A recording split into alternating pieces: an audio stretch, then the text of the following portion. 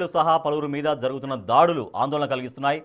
విప్లవవాద నాయకుడు షరీఫ్ ఉస్మాన్ హాడీ హత్య నిరసిస్తూ అతడి మద్దతుదారులు ఢాకా సహా పలుచోట్ల నిరసనలు ధర్నాలు చేస్తున్నారు. స్థానికంగా జరుగుతున్న ఆందోళనలు గమనిస్తే మరికొద్ది రోజుల పాటు ఈ ఉద్రిక్త పరిస్థితులు కొనసాగేలా కనిపిస్తున్నాయన్నది బంగ్లా ప్రజలు చెప్పే మాట. నాగేశ్వర్ గారు, బంగ్లాదేశ్లో జరుగుతున్న దాడులకి 2026లో బిగినింగ్లో ఏమైనా పులి స్టాప్ పడుతుందనుకోవచ్చు? ఆ రకమైనటువంటి చర్యలు తీసుకుంటారా అక్కడి ప్రభుత్వాలు? ముందుగా అసలు మీరు ఆ చనిపోయిన హత్యకు గురైన ఉస్మాన్ హాదీని విప్లవవాద నాయకుడు అన్నారు. మీకు ఎవరు చెప్పారు ఆయన ఏ విప్లవం చేశారో నాకు తెలియదు. సో సహజంగా విప్లవవాద నాయకుడు అంటే మనకు ఫిడెల్ కాస్ట్రో, ఒక చే గువెరా, ఓ భగత్ సింగ్, అల్లూరి సీతారామరాజు వీళ్ళు కదా కనబడేది. ఓ చాకలి ఐలమ్మ, ఒక మీకు కొమరం భీము కదా, వీళ్ళు కదా విప్లవకారులంటే. సో ఒక దుర్మార్గమైన మత ఛాందసవాది ఏ రకంగా విప్లవవాదుడు అవుతాడనేది మన క్వశ్చను.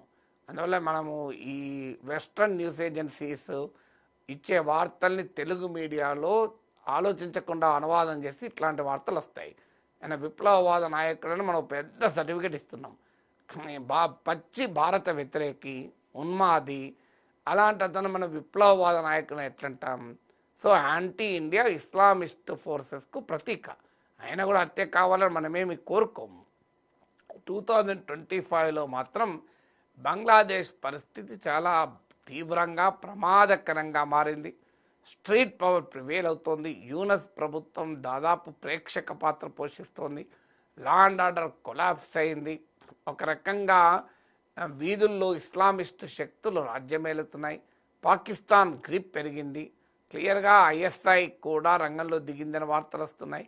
లష్కర్ ఈ తోయిబా బహిరంగంగానే ప్రకటించింది బంగ్లాదేశ్ పరిణామాల వెనుక మేమే ఉన్నామని. జమాత్ ఇస్లామీ బంగ్లాదేశ్ పైచేయి సాధించింది. మీకు ఫిబ్రవరిలో ఎన్నికలు ఉన్నాయి, జరుగుతాయో లేదో అనుమానం. పెద్ద ఎత్తున మైనార్టీలపైన దాడులు జరుగుతున్నాయి. ఆఖరికి యూనస్ ప్రభుత్వం పైన ఉస్మాన్ హాదీ సోదరుడే ఖండించారు. ఇండియా పైన దాన్ని నెట్టేద్దామని చూశారు.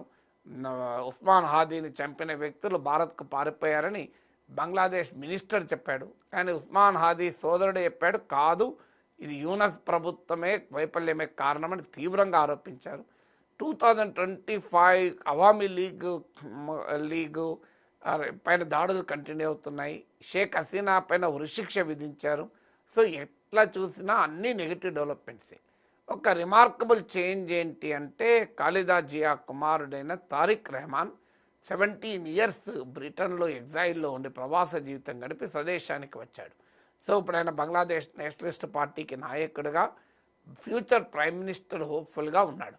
సో జమాత్ ఇస్లామీ బంగ్లాదేశ్తో కలిసి ఇప్పటి వరకు అవామీ లీగ్తో పోరాడిన బిఎన్పి ఇప్పుడు జమాత్ ఇస్లామీతోనే పోరాడే పరిస్థితి ఉంది. సో అందువల్లనే బిఎన్పి జమాత్ ఇస్లామీతో పోరాడటానికి మత సామరస్యం గురించి మాట్లాడుతోంది. బంగ్లాదేశ్ హిందువులు ముస్లింలను తేడా లేకుండా అందరిది అంటున్నారు. సో ఇస్లామిస్ట్ కమ్యూనల్ ఫోర్సెస్ ఎదుర్కోవటానికి నేషనలిస్ట్ ఫోర్స్ అంశాన్ని బిఎన్పి ముందు పెడుతోంది.